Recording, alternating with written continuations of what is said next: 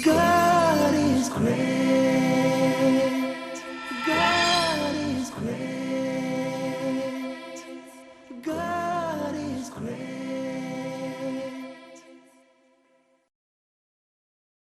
Assalamu alaikum wa rahmatullahi wa barakatuh. Bismillah wa salatu wa salamu ala rasulillah wa ala alihi wa sahbihi wa sallim. Rabbi shrah li sadri wa yassir li amri wa hlul uqdatan min lisani yafqahu qawli amma ba'd. We talked in the last episodes about Allah's beautiful name, it's not it's Ar-Razzaq. It's not Al-Razzaq. Ar-Razzaq. Allah subhanahu wa ta'ala, Ar-Razzaq, the provider. And we mentioned that rizq is every provision which the creation needs, whether tangible or intangible, in order for it to be sustained. Now we will move to the third point to increase your confidence that Allah is a Razzaq and no one else. There's no need to go to haram routes. There's no need to accept bribery. There's no need to steal. There's no need to lie. There's no need to fake your resume because Allah is a Razzaq. So for the third point, to increase your confidence, Allah subhanahu wa ta'ala provides to the animals. Okay? If Allah provides to the animals, why wouldn't He provide to you the most valuable creature that Allah has ever made? The one whom Allah al-Khaliq created, your own father Adam alayhi salam, with his own hands. Is that clear, brothers and sisters? What's my proof that Allah provides for the animals? Allah said, بعد أعوذ بالله الرجيم بسم الله الرحمن الرحيم وَمَا مِن دَابَّةٍ فِي الْأَرْضِ إِلَّا عَلَى اللَّهِ رِزْقُهَا. There's no animal on the face of this earth except that its rizq is with who?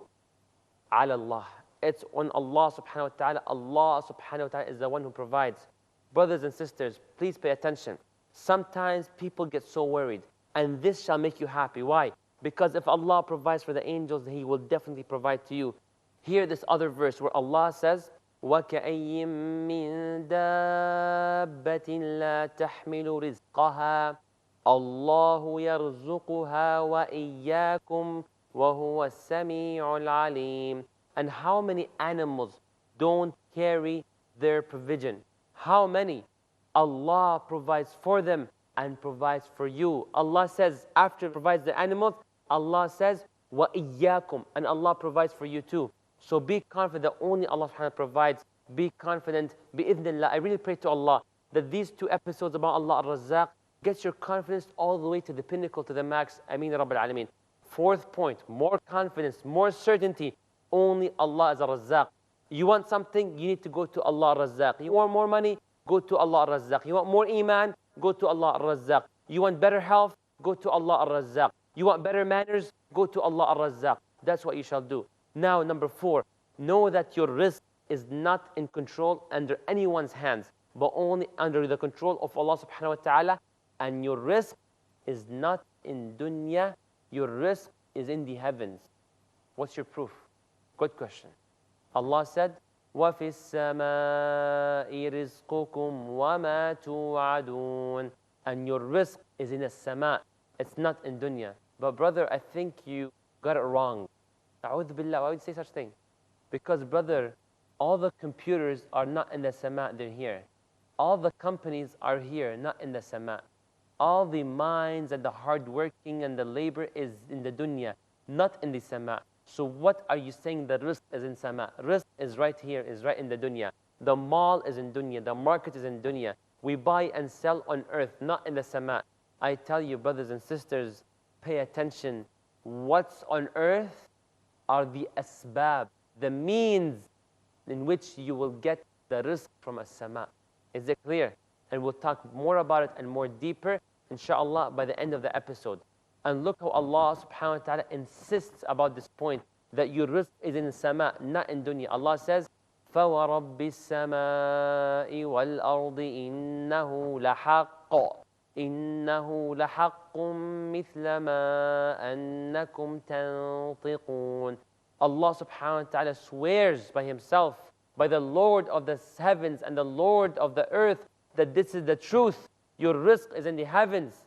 Just how you are speaking, just how it's the truth. I'm talking right now, you have to believe that the rizq is in the sama. One of the Bedouins, he heard this ayah back at the time of Rasulullah sallam, and he said, "Man ذا الذي أغضب الكريم حتى يقسم." Who made Allah angry to an extent that Allah had to swear that your rizq is in the sama? It's not under the control of any other human beings. Why would Allah swear, subhanAllah? But to confirm and to confirm. 5. And the last point about the confidence and certainty, and there's much more proofs, but I will just talk about these 5 points. Allah says in the Quran, أَمَّنْ هَذَا الَّذِي يَرْزُقُكُمْ إِنْ أَمْسَكَ رِزْقَهُ بَلْ لَجُّوا فِي عُتُوٍّ وَنُفُورٍ. If Allah Ar-Razzaq stopped providing for you, who in the world will be able to provide to you? If Allah Ar-Razzaq stops providing to you, then who in the world will provide? So Allah is making us think. Think, brothers and sisters. If Allah is not Ar-Razzaq, then who is Ar-Razzaq? There's none but Allah subhanahu wa ta'ala. So there's no need to go here and there. See, now you may say, brother, Jazakallahu khaira. You know what? Now I'm certain my rizq is with Allah. My rizq is in the heavens. My rizq has already been written. My rizq is only given by Allah subhanahu wa ta'ala. Now I'm calm. I'm not going to be worried. I'm going to stay home, sleep and eat and enjoy and hang out with my family, and I will not work. I was like, no. I didn't say that. We didn't say that. What we mentioned is that the rizq is in the sama. And the only way you get all that rizq we mentioned is when you take the means to get that rizq. You guys paying attention? When you take that means, that's when you get the rizq. What do you mean with the means? Means, there are 2 kinds of asbab, means that you can take, 2 kinds of routes to gain that rizq. Pay attention. Number 1, asbab dunyawiyya madiyya. Means that are materialistic. Means that are in this dunya. Is it clear? Something tangible. And there's others, the asbab diniyya imaniyya. Means that are based on iman and religious means. I'll mention both right now. The kafir and the Muslim, they go together with the first one, which is taking the tangible means. You go wake up, you put the alarm, you go to work. You go, bi'idhnillah, you take some medicine to feel better. You go that risk for better health, etc. Is it clear? You want to, for example, to have knowledge about something, you go take the class. These are the means which are tangible. So the Muslim and the kafir share it. So had the kafir open up the ground, put a seed, and then put water, this plant will grow. And had the Muslim open the ground, put the seed, didn't put water, didn't put light on it, and reads the whole Quran, that seed will not grow until you take the means by putting the water and make sure the sun rays comes and make it apparent on that plant. Now the question comes, is the other side of al-asbab, of the means which are intangible, something spiritual. For example, you being a mutawakkil, you having trust in Allah subhanahu wa ta'ala. This is part of the means of having rizq. Rasulullah sallallahu alayhi wa sallam said, لو أنكم توكلون على الله حق توكله. If you truly place your trust in Allah subhanahu wa ta'ala the way Allah deserves to be trusted, what would have happened? Allah would have fed you and given you and provided for you the way He provides to the birds when they leave their nests with an empty stomach and they come back with a full stomach. So if you truly put your trust in Allah, that Allah is Ar-Razzaq, you go to Allah al-Wakil, you put your trust in Allah al-Wakil, and you know for a fact that al-Wakil, who is also Ar-Razzaq, will provide for you, then you will not be worried whether Allah will provide for you or not, because you're certain Allah will come to you. And brothers and sisters, look at Hajar alayhi salam, how she put both means. She took the means that are physical, that are tangible, and she put the other mean that is intangible, that is spiritual and religious. Pay attention. In an authentic hadith, Hajar alayhi salam, the wife of who? The wife of Ibrahim alayhi salam. When Ibrahim alayhi salam went to Mecca to drop his wife Hajar and his son Ismail, what happened is that he gave them some food, just a little bit, some dates and some water. Why? So Hajar can eat from it, so she can breastfeed her son Ismail. Then when Ibrahim alayhi salam, gave Hajar that food and he walked away, Hajar asked, Ya Ibrahim, where are you going? Ya Ibrahim, to whom are you leaving us? Ibrahim doesn't even respond, alayhi salam. So then Hajar said, Allahu amaraka bihada. Oh Ibrahim, I ask you by Allah, did Allah order you to do that to us, to leave us here?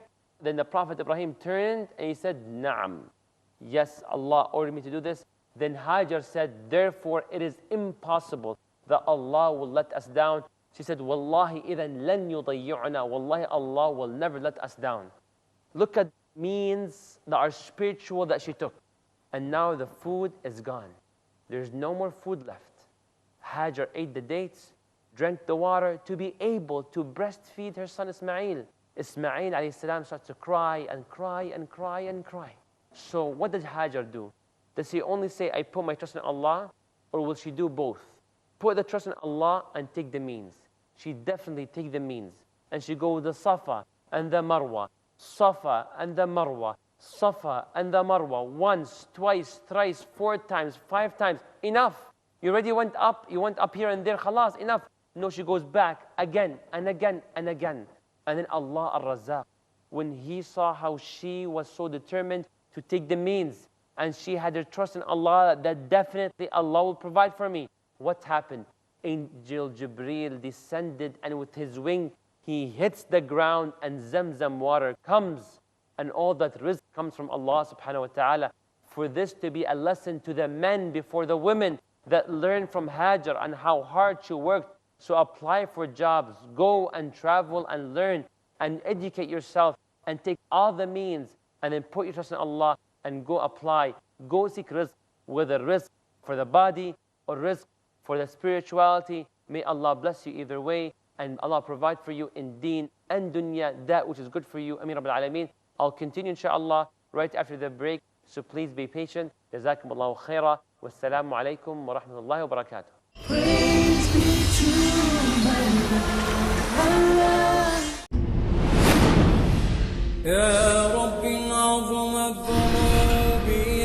What are the main characteristics the callers to Islam need to succeed?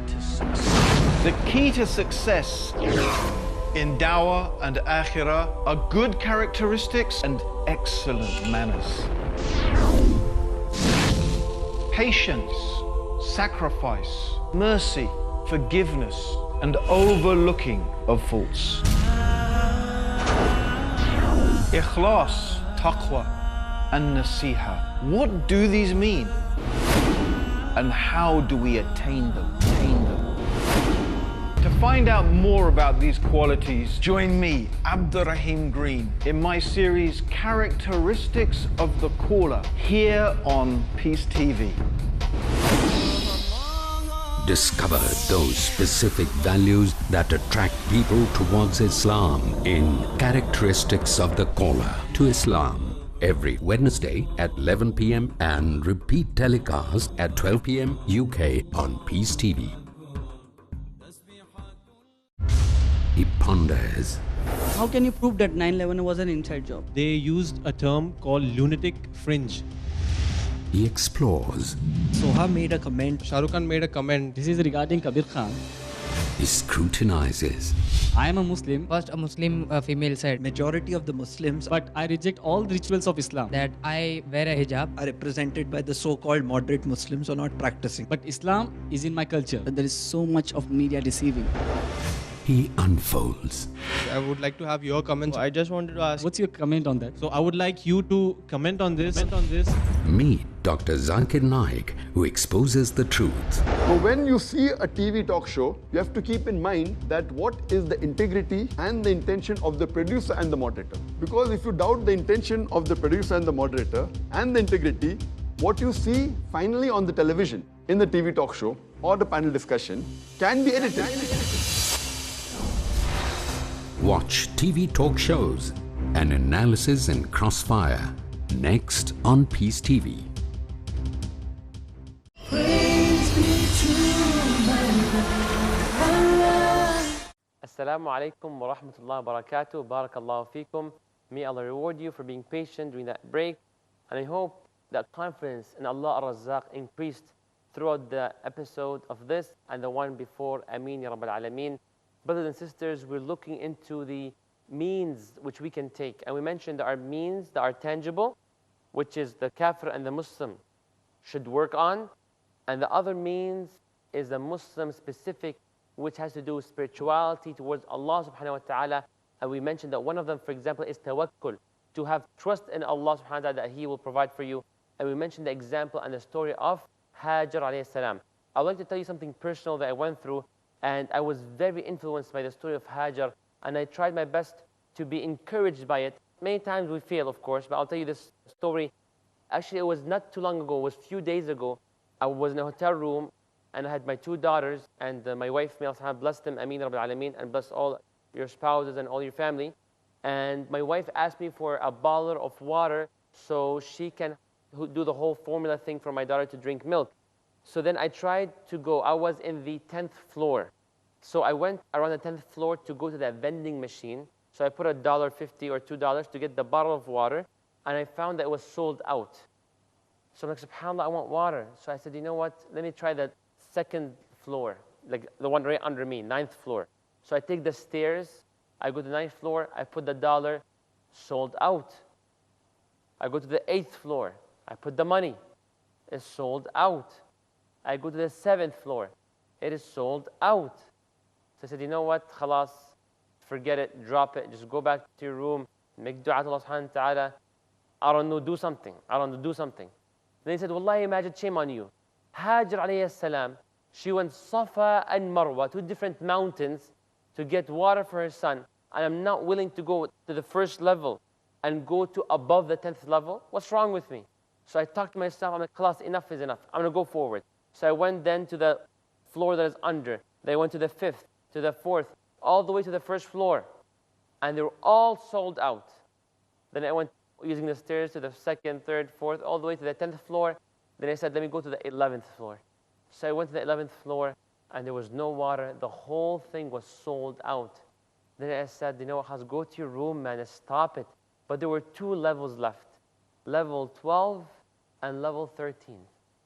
So I said, push harder, man, go for it. So I went to the 12th floor, went to the vending machine, put the money, clicked on the water, and alhamdulillah, we got the bottle of water. Wallahi, this was a beautiful lesson that I personally experienced, that I could have stopped halfway, and I could have never got it. But part of taking that risk is when you take the means, when you go up and down, when you work hard, when you sweat sometimes, and having your trust in Allah, that Allah will definitely bring you that which you're trying to seek, that which is good for you, bi-idhnillah subhanahu wa ta'ala. Is it clear, brothers and sisters? Another means which we can take amongst the ritual and spiritual means is having taqwa. Taqwa is a very essential thing. I'll tell you a story and I'll mention the proof within the story. This is a true story that happened in Brooklyn, New York, in North America, where there was a brother who one time he went to a newspaper and he found there's a position which matches his qualifications. So it's a management position. He applied for it and he was waiting for the response. During that time when he was waiting for the response, and this man was not a Muslim yet, he was just a regular American who's not a Muslim, and he went and he saw a friend who happened to meet in the masjid. While that man went to the masjid to greet his friend, and he was greeting him while his friend was praying, but that man did not know what's going on. So after that man stopped praying, he told his friend who was not a Muslim, who applied for that job, he said, sorry, I was praying, and he explained Islam and da'wah, and he gave da'wah, etc., until that non-Muslim man became Muslim, and all thanks is due to Allah. May Allah make him steadfast, and make all of us steadfast. Ameen ya Rabbil Alameen. After this happened, guess who called this brother who is now a convert or a revert? Those who called them were those who opened that position, and they said, we would like to have you for a job interview. So when the man came for a job interview, that convert, he looked a little different. He grew a beard. So when he went there, the interviewer, he said, did you really look like that when you applied for the job? I think there was a photo or something, because you look a little different than this. He said, yeah, I became Muslim. He said, but you know, for this job, you will need to shave your beard. And then he told them, I'm sorry, but I'm not going to obey you and disobey the Prophet. A convert for a few days said that sentence, I'm not going to disobey the Prophet and obey you. You know, brothers and sisters, how much money he was offered a month? He was offered $6,000 a month. That's pretty good, mashallah. $6,000 a month, that's pretty good. With all of that, he was willing to forsake it for the sake of Allah subhanahu wa ta'ala. Then the man told him, you will get $6,000 a month, and you're telling me you're not going to shave your beard for this such job that people are dreaming about? He said, I learned a verse in the Quran. Wallahi, brothers and sisters, that was the story.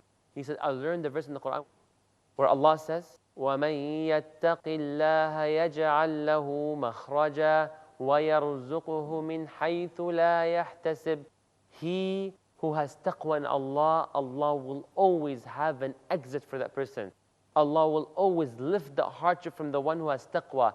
Then Allah says, and that person will be given rizq from ways they've never imagined. I'll get rizq from this person, from this place, from that job. I would never imagine. But because of your taqwa, Allah will provide for you. Because Allah is al-Fattah, Allah will open up one of these doors that you've never imagined. So when that interviewer saw the attitude, he said, you know what? This position is looking for someone that has strong self-control, someone that with determination, and you fit the position just perfectly. Good luck, and I wish you the best for the new position. You don't have to shave your beard. Allahu Akbar. That man with taqwa, Allah has blessed him so much. What other means that we can take for gaining rizq? Prophet Nuh alayhi salam, remember about the rizq and istighfar, Allah al-Ghafoor? Allah al-Ghafoor brings you rizq. Is it clear? Remember the ayah? I'll remind you one more time, no problem. When Nuh alayhi salam said to his people, فَقُلْتُ اسْتَغْفِرُوا رَبَّكُمْ إِنَّهُ كَانَ غَفَّارًا يُرْسِلِ السَّمَاءَ عَلَيْكُمْ مِدْرَارًا وَيُمْدِدُكُمْ بِأَمْوَالٍ وَبَنِينَ وَيَجْعَلْ لَكُمْ جَنَّاتٍ وَيَجْعَلْ لَكُمْ أَنْهَارًا. When you say istighfar to Allah, Allah gives you gardens, Allah will give you a river, Allah will give you money. Money. It says, يُمِدُّكُمْ بِأَمْوَالٍ. Subhanallah, children. And obviously, since Allah will give you children, then definitely that means money. That Allah subhanahu wa ta'ala, وَيُمْدِدْكُمْ بِأَمْوَالٍ. Is it clear, brothers and sisters? What else can you do to have a strong amount of rizq from Allah to come upon you? What means can you take? Amongst them is silat al-arham, having strong ties of kinship. Rasulullah sallallahu alayhi wa sallam said, مَنْ سَرَّهُ أَنْ يُبْسِطَ لَهُ فِي رِزْقِهِ وَأَنْ يُنْسَأَ لَهُ فِي أَثَرِهِ فَلْيَصِلْ رَحِمَهُ. Let that person who wishes for Allah to give him abundance in rizq, increase in lifespan, what shall they do? Have strong ties of kinship. Be good to your relatives. Is it clear, brothers and sisters? Something very important. They'll bring you rizq. Of course, thanking Allah for the ni'mah, for the blessings, is a way where Allah's rizq will increase. Because Allah said, لَإِن شَكَرْتُمْ لَأَزِيدَنَّكُمْ. If you thank Allah, Allah will increase you in abundance for that rizq that you were thanking Allah for. So you thank Allah for that salary, Allah perhaps due to your thankfulness, Allah will bless it. Brothers and sisters, what is the best of rizq in dunya? What is the best of rizq in al-akhirah? In the dunya, the best thing can ever have is the spiritual rizq, and that is knowing Allah subhanahu wa ta'ala. There's nothing on the face of this earth of a better rizq than when you learn about Allah subhanahu wa ta'ala. And the best way to learn about Allah is when you understand His beautiful names. And one of the things of the tangible means that will assist you in gaining the best of rizq in dunya, what do you think it is? What's the best rizq that is tangible that can Allah ever give to you? Guess. Are you single or are you married? Rasulullah sallallahu alayhi wa sallam said, الدنيا كلها متاع. Everything in the dunya will come to an end. Everything in the dunya will vanish. وخير متاع الدنيا. And the best thing a person can ever have in the dunya is what? المرأة الصالحة. A righteous wife. And obviously for the sisters, may Allah grant you a righteous husband as well. Brothers, Rasulullah sallallahu alaihi wasallam advised you on how to pick your wife, so please respect the advice. Don't be obsessed about the way they look, and you're only judging the way they look according to only this much, subhanAllah. The rest is covered, brothers and sisters, and some even have this covered, and that's all what you have to judge is the eyes, if even covered completely. Brothers, whenever you want to go and marry someone, take the advice of Rasulullah sallallahu alaihi wasallam, where he said a woman is married for 4 reasons. لِمَالِهَا, for her money, وَلِحَسَبِهَا, for her status, وَلِدِينِهَا, for her religion, and for her beauty, number 4. So brothers, Rasulullah says, focus on the one with deen. That is your criteria. I'm going to marry one with deen first and foremost, before the looks, before the money, before the status. Deen, deen, deen. Then he said, تَرِبَتْ يَدَاكَ, which means you will be at loss if you find a woman for marriage besides the one who has deen, you will be at loss. And what's the best rizq that you can ever be given in the akhirah? I think this is obvious and clear. Allah says in the Quran, وَمَن يُؤْمِن بِاللَّهِ وَيَعْمَلْ صَالِحًا يُدْخِلْهُ جَنَّاتٍ تَجْرِي مِن تَحْتِهَا الْأَنْهَارُ خَالِدِينَ فِيهَا أَبَدًا قَدْ أَحْسَنَ اللَّهُ لَهُ رِزْقًا. The best rizq you can ever be given in the akhirah is when Allah blesses you with Jannah. I ask Allah subhanahu wa ta'ala to make you amongst the people of Jannah. Ameen Rabbil Alameen. I ask Allah to make you amongst those who are blessed with a righteous spouse that will be able to assist you in gaining the best rizq in dunya and the best rizq in the akhirah.